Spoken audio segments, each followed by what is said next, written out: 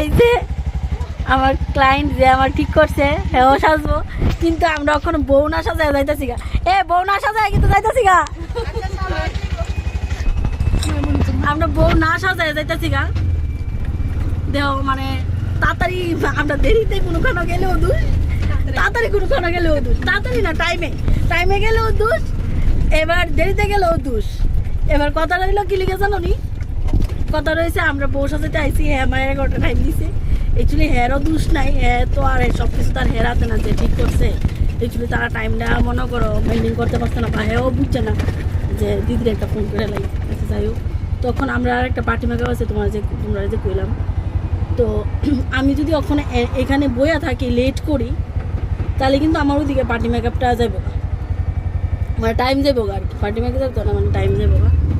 তো টাইমটা তো মেনটেন করানো দরকার, সব কিছু যেহেতু আমরার উপরে আইবো, হ্যাঁ ব্লেম।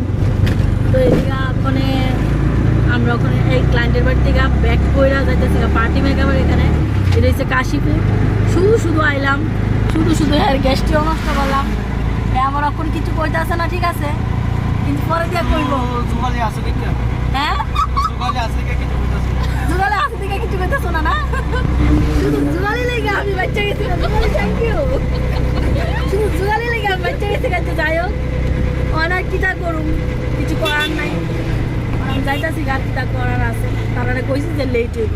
ওখানে তারা টাইমটা প্রায় 1টা বাজে যাওয়া, এবার লেট হইলে আমরা কিছু কইতে পারতো না।